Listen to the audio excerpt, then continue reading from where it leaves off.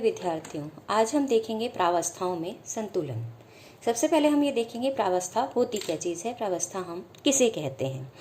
पदार्थ की 4 अवस्थाएं होती हैं, ये हम सब जानते हैं। तीन से तो हम बहुत अधिक परिचित हैं, ठोस, द्रव और गैस। और चौथी अवस्था है प्लाज्मा, हम जिसे कहते हैं। ये एक सुपर हीटेड स्टेट है जिसमें जो भी पदार्थ है वो आयंस के रूप में होता है, लेकिन ऊष्मागतिकी में हम इसका अध्ययन नहीं करते हैं। हम केवल ठोस, द्रव, गैस का ही अध्ययन करते हैं। अब पदार्थ में जो ये 3 अवस्थाएं हम कह रहे हैं, ये तीनों अवस्थाएं क्या कहलाती हैं? प्रावस्थाएं कहलाती हैं। अब एकल घटके निकाय में यानी सिंगल कंपोनेंट सिस्टम है, उसमें 2 अवस्थाएं एक साथ हो सकती हैं।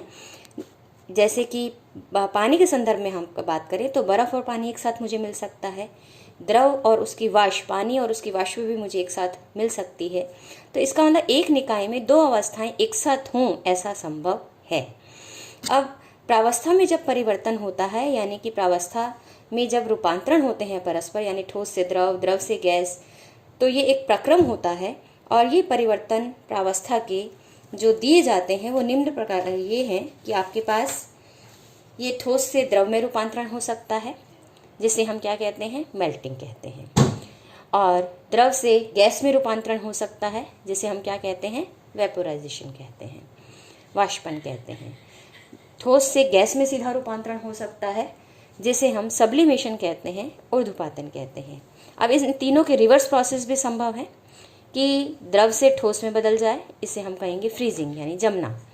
और गैस से द्रव में भी जा सकता है पदार्थ, यानी ये क्या कहलाता है? कंडेंसेशन कहलाता है, सघनन कहलाता है। गैस से सीधा ठोस में बदल जाएगा पदार्थ, तो उसे हम कहेंगे डिपोजिशन यानी निक्षेप। तो इस प्रकार से एक प्रावस्था से दूसरे प्रावस्था में परिवर्तन होते हैं। और ये अवस्थाएं जो हैं एक निश्चित ताप और दाब पर परस्पर संतुलन में होती हैं, और इनके मध्य ऊर्जा का रूपांतरण, ऊर्जा का लेन देन होता है। और उस ऊर्जा की लेन देन किस प्रकार से होता है? आयतन में परिवर्तन हो सकता है, उनके एंट्रोपी में परिवर्तन हो सकता है। लेकिन हम ये मानते हैं कि जब ये दोनों प्रावस्थाएं से मिलकर, जिससे मिलकर निकाय बन रहा है, साम्यावस्था में होंगी, तो अणुओं की संख्या नहीं बदलेगी, उसमें कुल अणुओं की संख्या नहीं बदलेगी। तो हम ये कह सकते हैं जैसे ठोस से द्रव में जब पदार्थ बदल रहा है, तो एक प्रावस्था से दूसरी प्रावस्था में जा रहा है, ठोस से द्रव में जा रहा है, तो ठोस में अणुओं की संख्या की कमी हो रही है और द्रव में अणुओं की संख्या बढ़ रही है। इसी तरह जब द्रव से गैस में जा रहा है, तो द्रव में अणुओं की संख्या कम हो रही है और गैस में अणुओं की संख्या बढ़ रही है, लेकिन टोटल अणुओं की संख्या उस निकाय में क्या है? कांस्टेंट रहती है, नियत रहती है, वो नहीं बदलती है। तो जब हम मान लिया, अब इसको समझने के लिए हम क्या करते हैं कि हमने एक निकाय लिया है, उसमें 2 प्रावस्थाएं हैं, प्रावस्था 1 और प्रावस्था 2, फेज 1 और फेज 2। ये एक ऊष्मा भंडार के संपर्क में है निकाय, और इस भंडार का जो ताप और दाब नियत है। और हमने ये हमने लेक्चर में देखा है कि जब हम भंडार को किसी निकाय के साथ संतुलन में लेते हैं, जिस भंडार का ताप और दाब नियत है, तो हम गिब्स ऊर्जा फलन को डिफाइन करते हैं। और हम ये कहते हैं कि जब साम्यावस्था आएगी तो गिब्स ऊर्जा फलन क्या हो जाएगा? न्यूनतम हो जाएगा। तो अब इसी चीज़ को हम लागू करेंगे यहाँ पे। तो सबसे पहले हम इनिशियल कंडीशंस को निकाय के लिए डिफाइन कर लेते हैं। तो निकाय के लिए हमने मान लिया कि प्रावस्था 1, यहाँ मैंने एक टेबल फॉर्म में इसको दिखाया है, ये एक प्रावस्था 1 के लिए है पूरी चीज़, यहाँ पर प्रावस्था 2 के लिए है, और फिर ये जो कि प्रावस्था 1 और प्रावस्था 2 दोनों एक ही निकाय में हैं, तो उस निकाय के लिए कुल मान दिए गए टर्म्स का क्या हो जाएगा वो हम देख रहे हैं। तो हमने सबसे पहले देखा कि जो अणुओं की संख्या है वो निकाय की पहली प्रावस्था में n1 है, निकाय की दूसरी अवस्था में n2 है। तो इसलिए निकाय के लिए जो कुल मान n हो जाएगा वो n1 + n2 होगा। और ये हम देख चुके हैं कि निकाय के लिए जिसमें कि प्रावस्था 1 और प्रावस्था 2 संतुलन में होंगी, n का मान क्या होगा? कांस्टेंट होगा, नियत होगा। अब एंट्रोपी पे हम चलते हैं। तो प्रावस्था 1 की एंट्रोपी है S1 और प्रावस्था 2 की एंट्रोपी है S2। तो निकाय की कुल एंट्रोपी S1 + S2 ऐसे हो गई। निकाय की पहली प्रावस्था की माध्य ऊर्जा E1 बार है, दूसरी प्रावस्था की माध्य ऊर्जा E2 बार है, तो कुल ऊर्जा इन दोनों का टोटल हो गई E बार। पहली प्रावस्था में आयतन है V1, दूसरी प्रावस्था में आयतन है V2, तो जो कुल आयतन है वो हो जाएगा V1 + V2। गिब्स मुक्त ऊर्जा का मान हमने देखा, पहले प्रावस्था के लिए G1, दूसरी प्रावस्था के लिए G2, इसलिए कुल मान हो जाएगा G1 plus G2 is equal to G। अब हम बात करते हैं प्रति अणु गिब्स ऊर्जा की। तो प्रति अणु जो गिब्स मुक्त ऊर्जा है, एक अणु के लिए जो गिब्स ऊर्जा का मान है, पहली प्रावस्था में है G1, दूसरी प्रावस्था में है G2, तो कुल मान हो जाएगा G1 प्लस G2 बराबर G। तो G1 का मैं कह सकती हूँ क्योंकि ये प्रति अणु गिब्स ऊर्जा है, इसलिए ये G1 अपॉन N1 के बराबर है। इसी तरह G2 भी G2 अपॉन N2 के बराबर होगी। अब हम इसको G किसका फलन होता है, क्योंकि गिब्स ऊर्जा किसका फलन होती है, ताप और दाब का फलन होती है। तो यहाँ हमने लिखा गिब्स ऊर्जा किसका फलन है, ताप और दाब का, जहाँ T क्या है, निकाय का ताप है, और P क्या है, निकाय का दाब है। अब हम आगे चले और ये बातें हैं कि आपके पास कि G1 का मान मैं दूसरे तरीके से भी लिख सकती हूँ, क्योंकि प्रति अणु जो गिब्स ऊर्जा है वो G1 है और कुल अणुओं की संख्या N1 है।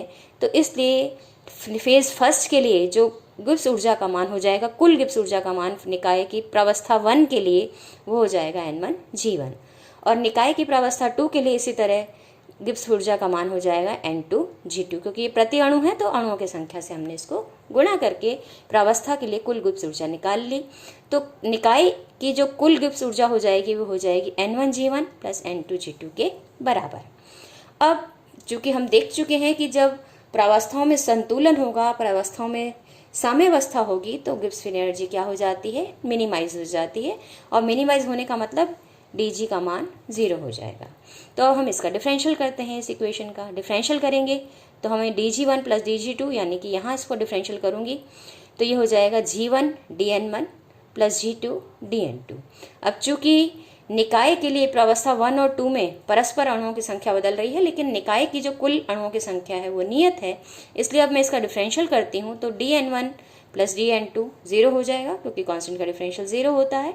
जब d1N1 प्लस dN2 0 होगा तब dN1 is equal to minus dN2 मुझे मिल जाएगा। तो यहाँ पर अब हम देखते हैं आगे कि अब इस चीज़ को मैं रख देती हूँ, हमारे कुल निकाय के लिए जो भी मेरे पास गिब्स ऊर्जा फलन है मैं उसमें मान रख देती हूँ। तो मुझे क्या मिल जाएगा कि G1 dg का मान जब मैं लिख रही हूँ तो यहाँ हो जाएगा G1 dN1 की जगह dN1 ही है, लेकिन dN2 की जगह मैं यहाँ रख देती हूँ माइनस का d1। तो इक्वेशन मेरे पास बन जाती है कि dg is equal to G1 dN1 minus G2 dN1। अब इन दोनों में से मैंने dN1 को कॉमन ले लिया तो ये बन जाएगा G1 माइनस G2, और चूंकि ये मिनिमाइज होना चाहिए इसी इज इक्वल टू 0। अब ये जो परिवर्तन है वो तो 0 नहीं होगा, क्योंकि जब प्रावस्था में रूपांतरण हो रहा है, एक प्रावस्था से दूसरी प्रावस्था में हमारे पास रूपांतरण हो रहा है, तो अणुओं की संख्या बदलती है, इसलिए ये dN1 तो 0 नहीं होगा। और इसको सेटिस्फाई करने के लिए इस समीकरण को G1 माइनस G2 का मान क्या होना चाहिए, 0 होना चाहिए। इसलिए मुझे क्या मिल जाएगा कि G1 is equal to G2। क्या मतलब निकला इस बात का कि आपके पास जब किसी निकाय की दो प्रावस्थाएं परस्पर संतुलन में होती हैं, परस्पर साम्यावस्था में होती हैं, तो उनके प्रति अणु गिब्स ऊर्जा फलन का मान बराबर हो जाता है। अब इसको फेज डायग्राम वक्र से भी, फेज डायग्राम से भी दिखा सकते हैं, प्रावस्था वक्र से भी दिखा सकते हैं, और वो क्या है, P और T के बीच खींचा हुआ वक्र है, क्योंकि गिब्स ऊर्जा को हम प्रेशर और वर्सेस टेम्परेचर में, प्रेशर और टेम्परेचर के टर्म्स में डिफाइन करते हैं, इसलिए P वर्सेस T कर्व है। तो ये मुझे इस तरह से मिल रहा है, एक प्रावस्था वक्र है जिसके एक तरफ फेज 1 स्थायी है और जिसके दूसरी तरफ फेज 2 स्थायी है। फेज 1 स्थायी होने का मतलब कि यहाँ G1 का मान G2 से कम है, यानी G1 मिनिमाइज हो रहा है, और प्रावस्था 2 का मतलब कि यहाँ पे G2 का मान G1 से कम है, तो G2 मिनिमाइज हो रहा है।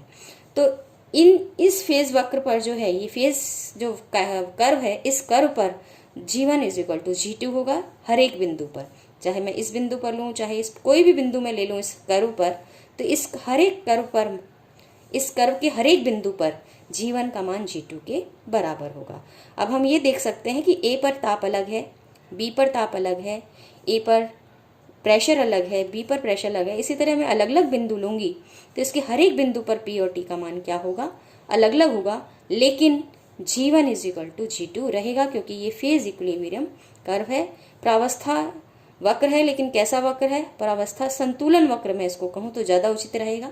क्यों, क्योंकि G1 is equal to G2 इसके हर एक बिंदु पर है। अब हम ये देखते हैं कि इस फेज डायग्राम में ये जो मुझे फेज इक्विलिब्रियम कर्व मिला है, इसका मैं स्लोप कैसे निकालूं, इसकी प्रवणता कैसे निकालूं। और जब मैं इसकी प्रवणता निकालती हूँ, प्रवणता आपको पता है, जब हम y और x के बीच कोई भी कर्व खींचते हैं तो उस कर्व की जो प्रवणता होती है वो dy/dx से दी जाती है। यहाँ y की जगह मेरे पास p है और x की जगह t है, इसलिए इसकी प्रवणता दी जाएगी dp dt से। अब dp dt जो है, जो हम निकालते हैं इस फेज वक्र के लिए, तो वो जो समीकरण मुझे मिलता है वो कहलाती है क्लॉसियस-क्लैपेरॉन इक्वेशन। अब इस क्लॉसियस-क्लैपेरॉन इक्वेशन को निकालने के लिए, यानी कि फेज इक्विलिब्रियम कर्व जो है उसका प्रवणता को निकालने के लिए मैंने कोई दो बिंदु लिए, क्योंकि प्रवणता आपको पता है कि हमें दो निकट स्थित बिंदुओं को हम स्थिर एक सरल रेखा मान लेते हैं और उस सरल रेखा पर हम क्या करते हैं, उसकी प्रवणता निकालते हैं। और प्रवणता क्या होती है, dy/dx होती है। तो यहाँ पर अगर मैंने बिंदु A लिया है तो इस बिंदु A पर मेरे पास टेम्परेचर और प्रेशर क्या मान लिया मैंने, बिंदु A पर टेम्परेचर और प्रेशर क्या, इसके कोऑर्डिनेट्स इस कर्व पर क्या है, P और T है। और बिंदु B की जो कोऑर्डिनेट है वो चूंकि इससे थोड़ा सा दूर है बिंदु B, तो मैं ये मान सकती हूँ थोड़ा सा अंतर प्रेशर का आएगा। तो प्रेशर इसके लिए हो जाएगा P + dP और टेम्परेचर हो जाएगा T + dt, यानी इसके कोऑर्डिनेट्स बिंदु P के हो गए, B के हो गए P + dP और T + dt हो गया। अब मुझे ये अच्छे से ज्ञात है कि इस प्रावस्था पूरे संतुलन वक्र पर G1 = G2 होगा, इसलिए हमने क्या माना कि बिंदु A पर G1 = G2, जहाँ टेम्परेचर और प्रेशर क्या है, T और P है। और बिंदु B पर भी G1 = G2 होगा, लेकिन टेम्परेचर और प्रेशर बदल के क्या होगा, टेम्परेचर बदल कर T + dt हो गया और प्रेशर बदल कर P + dP हो गया है। अब इसको यानी कि हम ये कह सकते हैं कि गिब्स ऊर्जा में थोड़ा सा अंतर आया है जब मैं A और B पर, A से चलकर कहाँ गई हूँ, B पर, लेकिन तब भी G1 और G2 के मान बराबर हैं। तो इसको मैं लिख सकती हूँ कि B पर थोड़ी सी वृद्धि हो गई है गिब्स फ्री ऊर्जा में, तो ये बन गया है G1 से G1 + dG1। इसी तरह G2 में जब वृद्धि हुई इसकी गिब्स ऊर्जा में, तो ये बन गया G2 से G2 + dG2। अब ये चूंकि वापस गिब्स ऊर्जा फंक्शन बराबर होने चाहिए, इसलिए G1 + dG1 का मान किसके बराबर हो जाएगा, G2 + dG2 के बराबर हो जाएगा। ये किसके लिए है, प्रावस्था संतुलन वक्र के लिए है। अब चूंकि G1 = G2 है, इसलिए आपस में कट जाएगा, तो बचेगा क्या मेरे पास, dG1 = dG2। तो अब dG1 और dG2 का मैं मान निकालूं, तो G1 का मान मुझे मालूम है कि प्रति अणु गिब्स ऊर्जा है, यानी फर्स्ट फेज के लिए G1/N1 है। और गिब्स ऊर्जा फलन को मैंने डिफाइन किया है, वो है E + PV - TS के बराबर। चूंकि मैं फर्स्ट फेज के लिए लिख रही हूँ, इसलिए E को मैंने लिख दिया E1 बार से, V को लिख दिया V1 से, S को लिख दिया S1 से। अब हर एक ये किससे डिवाइड हो जाएगा, N1 से डिवाइड हो जाएगा, तो ये बन गया E⁴1/N1, यानी कि प्रति अणु इंटरनल एनर्जी प्रावस्था 1 के लिए। अब V1/N1 क्या बन जाएगा, प्रति अणु आयतन कितना है वो मुझे मिल जाएगा, जिसे मैं स्मॉल से दिखा रही हूँ। S1/N1 मतलब एक अणु के लिए एंट्रोपी का मान कितना है। तो जो प्रति अणु के लिए जो मान आए मेरे पास E1/N1, V1/N1, S1/N1, मैं इसको स्मॉल लेटर से दिखा देती हूँ। तो ये E1/N1 मिल गया स्मॉल E1 बार, V1/N1 बन गया V1 स्मॉल V1 और S1/N1 बन गया स्मॉल S1। तो यानी प्रति अणु गिब्स ऊर्जा मेरे पास आ गई, प्रति अणु के लिए ही सभी मान मैंने प्रतिस्थापित किए। तो G1 का मान हो गया E1 बार + PV1 - TS1। यहाँ ध्यान रखिए, हमने प्रति अणु प्रेशर और प्रति अणु ताप नहीं होता है, ये पूरे निकाय के लिए डिफाइन किया जाता है, इसलिए P और T अपने कैपिटल फॉर्म में ही रखे गए हैं। इसी प्रकार मैं G2 को लिखूं तो ये मान हो जाएगा G2/N2। तो यहाँ पर जहाँ भी 1 टर्म है उसकी जगह 2 हो जाएगा, इसलिए E1 बार की जगह E2 बार, प्रेशर वही रहेगा, V1 की जगह V2 और S1 की जगह S2 हमने रख दिया है। अब मुझे चाहिए dG1, यानी अंतर कितना आता है जब मैं फेज इक्विलिब्रियम पर आगे बढ़ती हूँ, यानी एक फेज से दूसरे फेज में रूपांतरण करते समय साम्यावस्था की बात करती हूँ। तो dG1 का मान यानी इसका डिफरेंशियल करेंगे, तो dE1 + PdV1 - V1 dP - TdS1 - S1 dt, यानी एक को कांस्टेंट रखते हुए दूसरे का हमने डिफरेंशियल कर दिया है। और ऊष्मागतिकी का प्रथम नियम क्या कहता है कि dQ = dE + ΔW होता है, और ΔW को मैं PdV से लिखती हूँ। तो प्रति अणु के लिए भी मैं इनको स्मॉल लेटर्स में लिख सकती हूँ।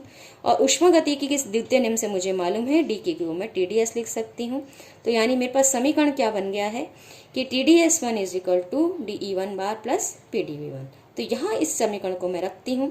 तो ये टर्म जो है इन दोनों टर्म से कैंसिल हो जाएगी। D plus P D one का मान पी टी डी एस के बराबर है, तो ये तीनों टर्म कैंसिल हो जाएंगी, तो सिर्फ 2 ही टर्म बचेंगी, वी वन डी पी और माइनस का एस वन डी टी। इसी प्रकार से मैं डी जी टू के लिए भी काम कर सकती हूँ।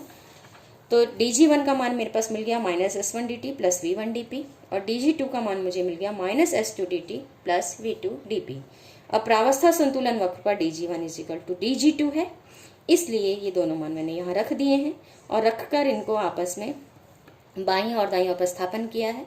तो इस वाली टर्म को मैं बाईं ओर लाती हूँ एस टू डी टी को, तो ये बन जाएगा टोटल डी टी कॉमन, तो S two minus S one D T, ये वाली term V one D P वाली मैं अपने दाईं तरफ ले जा रही हूँ, और दाईं तरफ ले जाएंगे तो ये बन जाएगा D P common V two minus V one.